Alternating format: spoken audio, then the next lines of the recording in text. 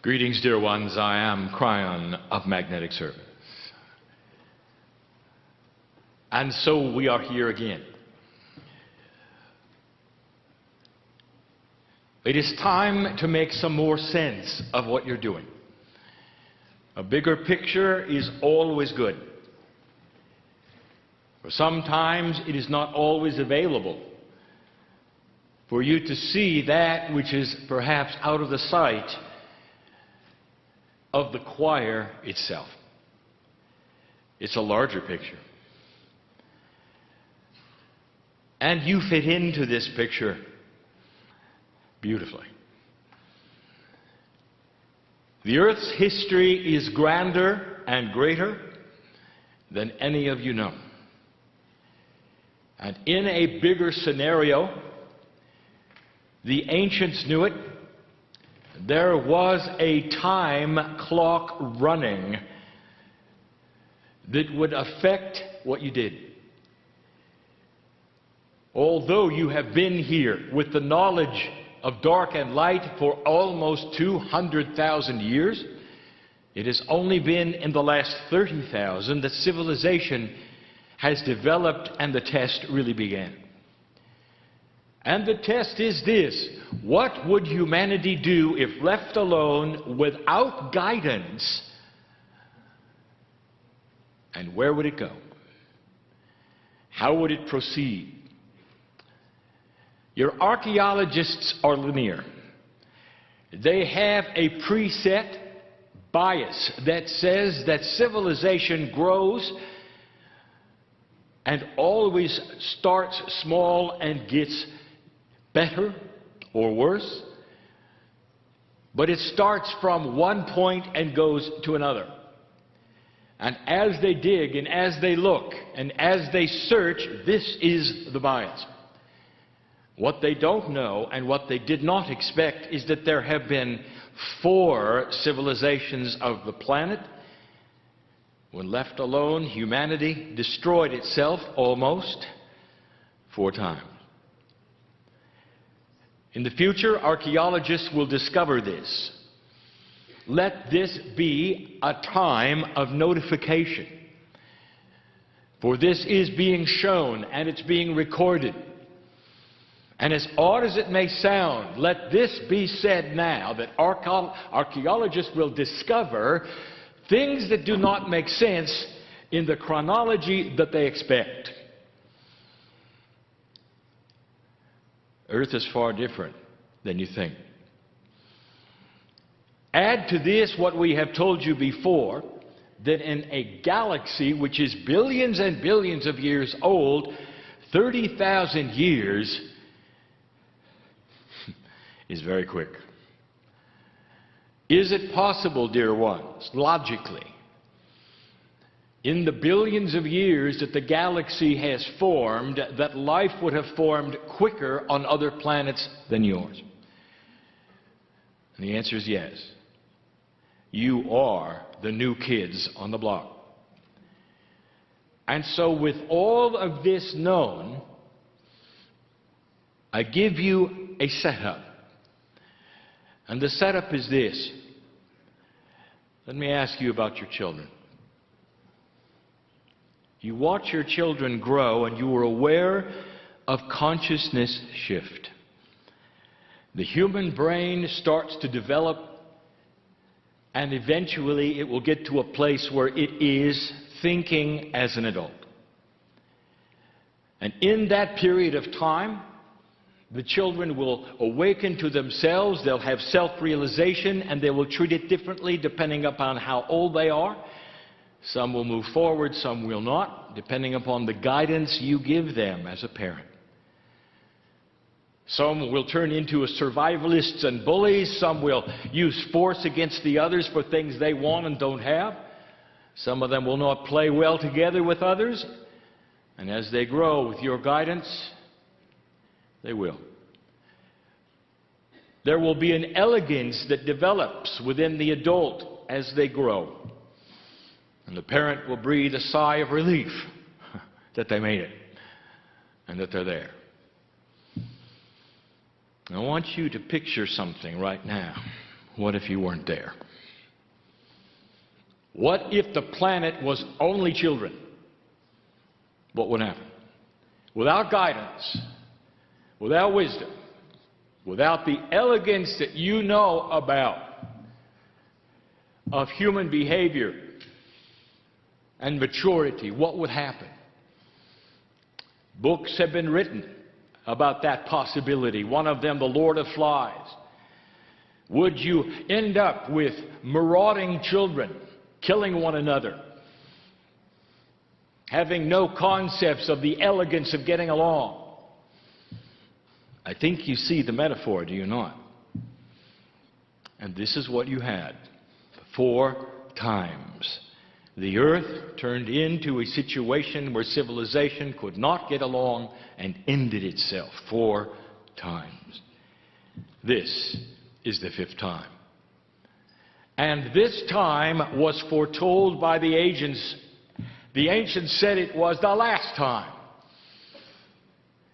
And when you turn this page, if you had not learned by yourselves what you needed to learn, you would have the end of humanity. And that was your prediction, if you recall.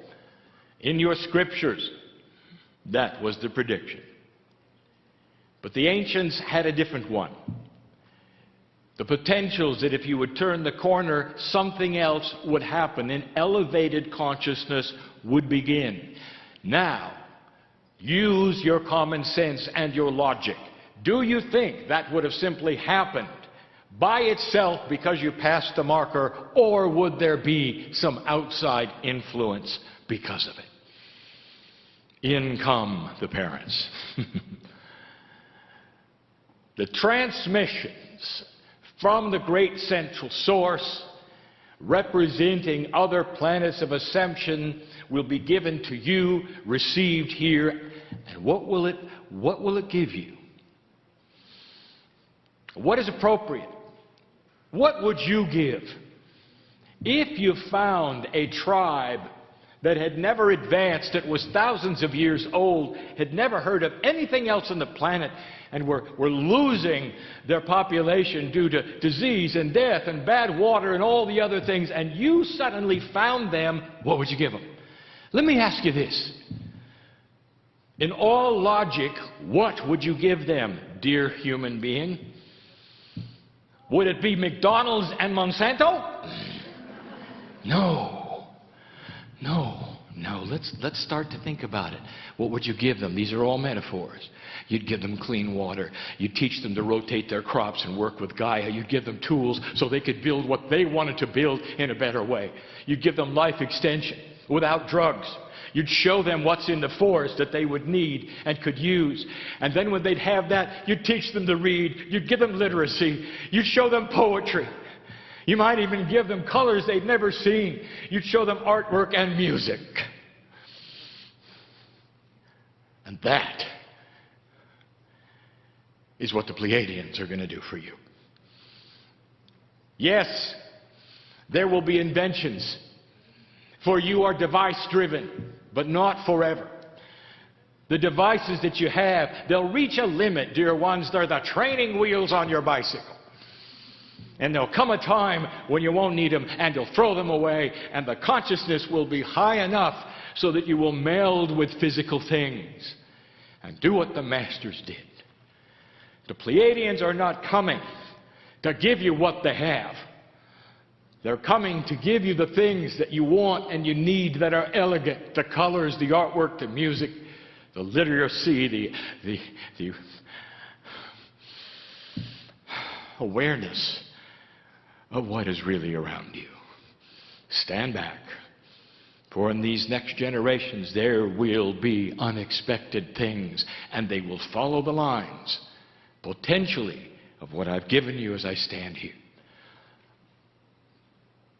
The news that I give today will remain long after the corporeal body of this man is gone. And I want science to trot it out and look at it.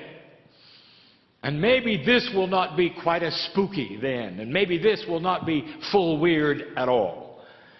Maybe this will be the truth. Indeed.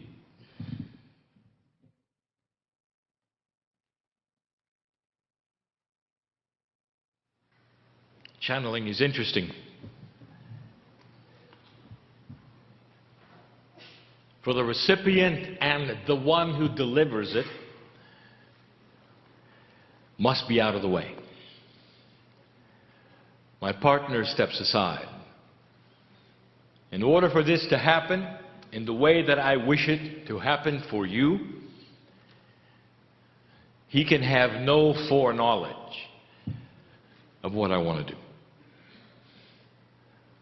And what I wish to do depends upon this room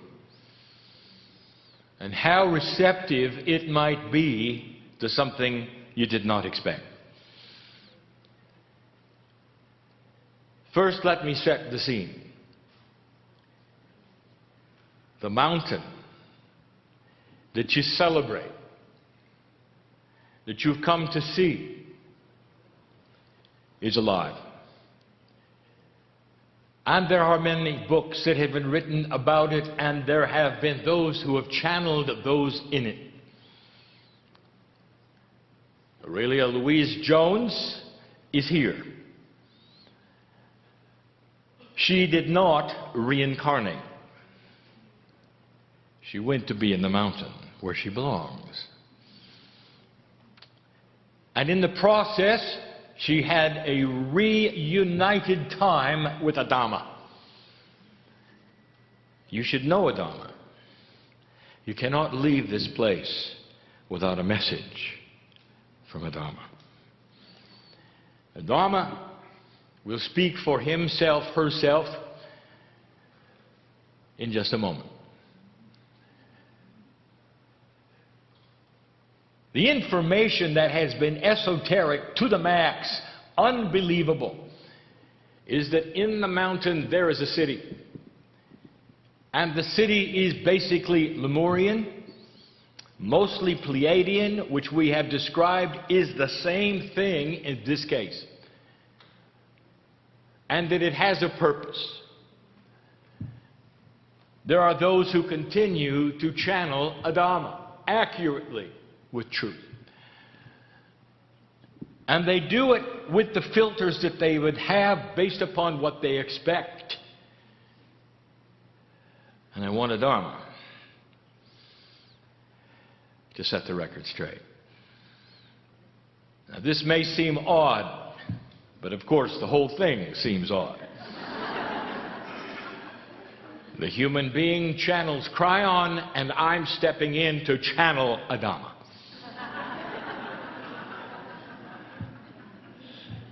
You see, Adama is not on the other side of the veil.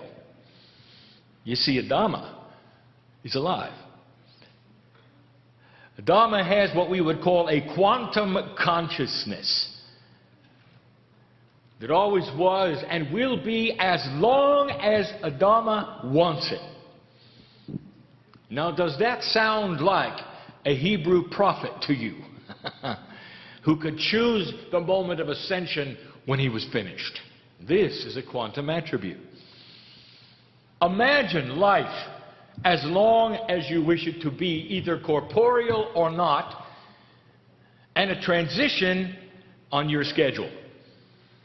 Does that sound odd to you? It sounds like it would be miraculous. Only angelic beings can do a thing like that. Really? Or perhaps it's simply high consciousness. Just for a moment or two, let us see what Adama has to say.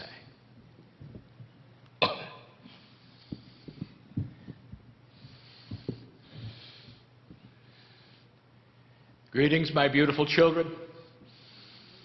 I am Adama, and we have expected you. You sing the lullabies in my language that we expected. I want you to pay attention. No amount of verbiage from any human being or channeling from any human being would awaken the city that I represent. I am Adama. You see me as male, I am not. I am a collective consciousness of a multidimensional city filled with energy, waiting to be released as a time capsule to you. It is beautiful. It is filled with maturity. But let me tell you the litmus test, as you would say. For we have been here a long time waiting for this, and we know that there is only one way for this, what we call the guardians, to release the information. There is only one way. And that is to hear our native language and songs sung by humans, because this was never written. This was never to be discovered. It doesn't exist on the planet. It had to come. It had to come from human Akash that remembered. And when it did, it would be the signal and the sign. It would be proof that it is happening. That's the only proof that would be satisfactory, and you have come to sing it to us. Let it be known that the mountain has heard it, is ready.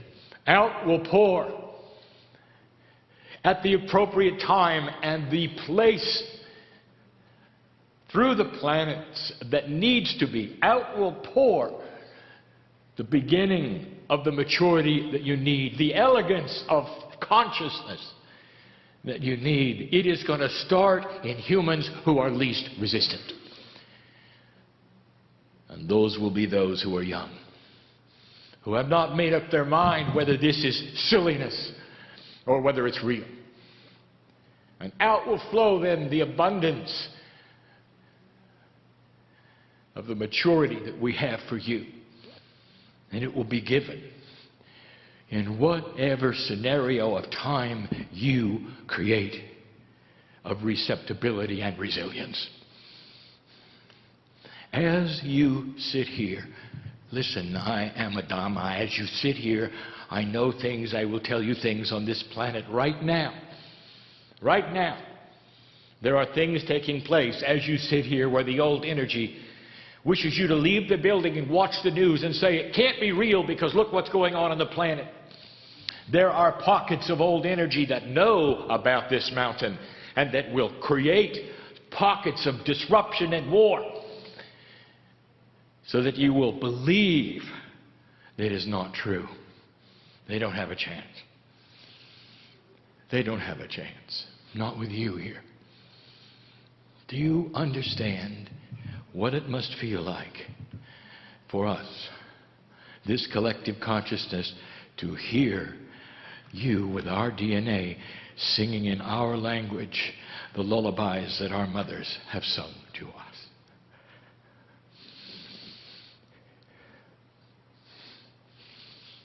Thank you.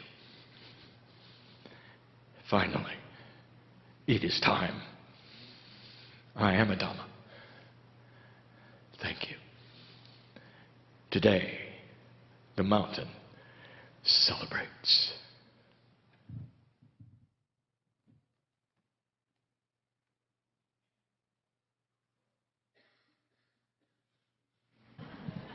Uh-oh. Sometimes I get premonitions. I was said I can't leave.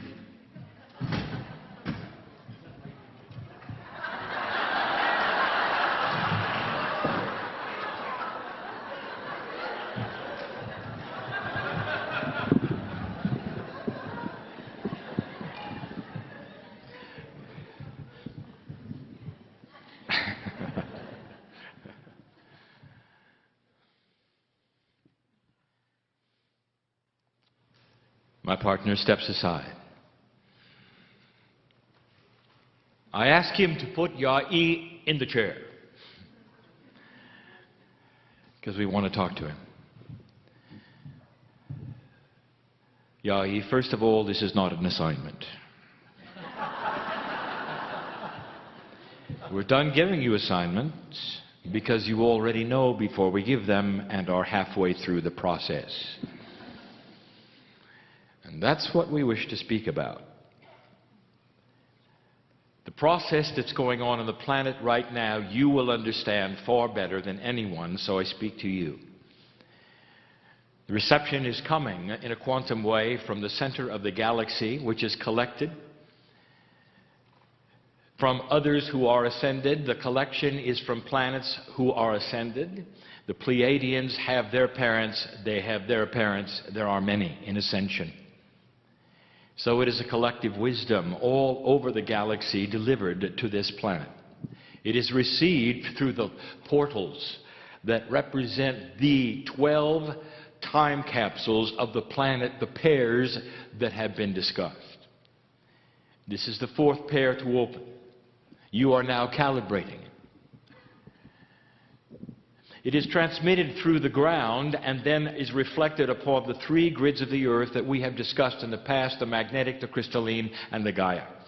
Together they posture human consciousness, and human consciousness then is postured through the DNA, which then reflects that quantum energy which is passed from the grids to it. Some of it is given real time to the humans on the planet at the time. Most of it is given to the wombs of those to be born. Therefore, the children will awaken first and change the planet right under the feet of the adults. That is the system.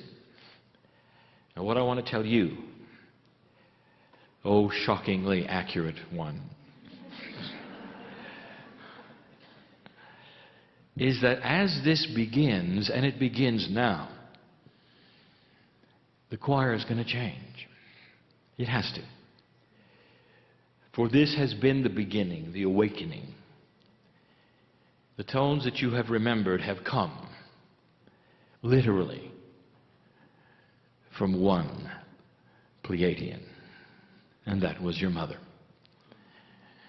Because your mother is still alive, not corporally, but consciously. And she delivers this, waiting for you to awaken. You are remembering, of course, the lullabies, the sounds, the language, all of the things. But up to now, sir, you have remembered it in a linear fashion. And in this linear fashion, you would receive it, you would record it, you would write it down, you would give it to those who would direct it, you would sing the tones to each other in a way that would create other energies and awaken these portals that we have described to you. And that system is now changing. The tones as sung are accurate and will remain accurate, and they still do the same things, but there are more advanced tones coming. Now, the numerology of the last tones that you sing should give it away. For they are 27, 28, 9, and 1. Completion and new beginning. And so the choir completes a segment of energy and closes it here in Shasta. And when it reopens by the Orange Rock in Uluru next year, I want you to sing something a little different. Here is what you already know, because you are sensing that it's coming. It's going to be the choir and Ya'i. It's going to be a triad. The 3 represents the catalyst, and the choir becomes a catalytic calibrator of the future portals to open as the time capsules we describe. And the part that you're going to play in some of the new tones are going to be different, for they're not going to be linear. The linearity should be carried by the choir singing 2 kinds of tones that are simple, that would create a bed for you to channel over.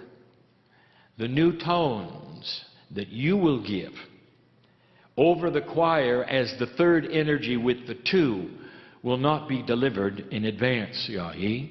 They're going to be channeled in real time as you do it.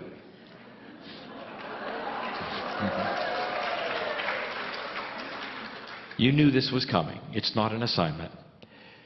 And I know you're comfortable with it, sir, because you're already doing it. You have noticed something with the tones that you have been given in the last few months, that they're never the same way twice.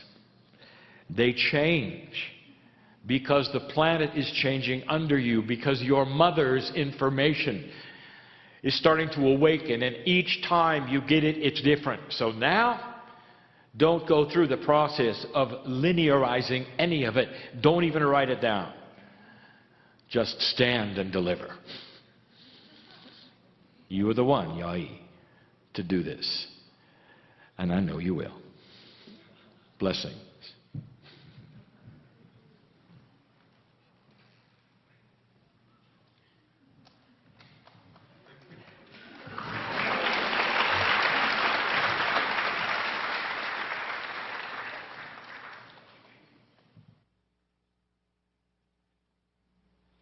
My partner steps aside. All through these last 2 years, I have attempted to demystify the kinds of things that are happening now on the planet that seem odd. If someone were to attend this and they were not familiar with the energies, they wouldn't understand. And so I want to turn again to history. I want to remind you of something. There is a profundity happening right now with the indigenous of this planet that reflects the ancient prophecies of over 4,000 years. And 4,000 years is simply how long ago they knew they existed, but they've existed for 10. For even the Sumerians had this prophecy. And the prophecies come together now on the planet synchronistically. They echo what the Mayan calendar said indeed would happen. The end of the long count represented the end of the calendar completely. So terminal was it that it could not be revised. A new calendar had to be put in place. It has many names, for the ancients were not able to connect together to give it a common name, but the prophecies were the same. The prophecy of the eagle and the condor representing a higher consciousness, a softer earth. The awakening of the puma, the movement of the kundalini. It continues and continues. North America, South America, all over the planet. And it has nothing to do with New Age. It has nothing to do with the choir. And yet everything to do with all of it. This is not a New Age event. This is an ancient event. The very thing that you are doing was foretold by the ancients for this time in history, past the precession of the equinoxes. It would bring this planet to an awakening. And I want to remind all of those who would watch this in disbelief or not understand what this was all about. It is the fulfillment of a prophecy that is not published well, but will be. For the ancients are getting together, and the indigenous are starting to realize that the prophecies that they've all had all over the planet are the same one.